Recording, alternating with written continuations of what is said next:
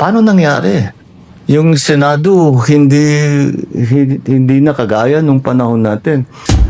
How did that happen? I watched with horror that this is the Senate, that the Senate has become this. I look at my other fellow senators.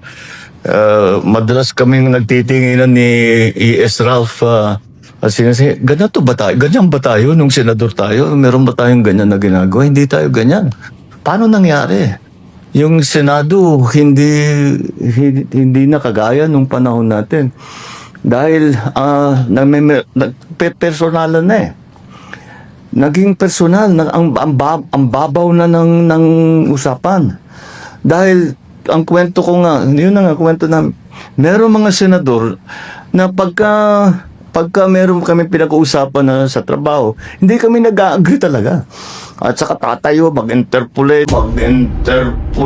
At saka yung interpolation talagang mabigat. At saka well-studied and no-holds-barred interpolation. Pero after pag-upo namin, magkakape naman kami, kakain kami ng magkasabay. Hindi personal. It's about work. It's not about personalities. Nagbago eh. Tapos, narating pa tayo sa putukan. Tapos, fake pala yung putukan. Tapos, hindi ko maintindihan.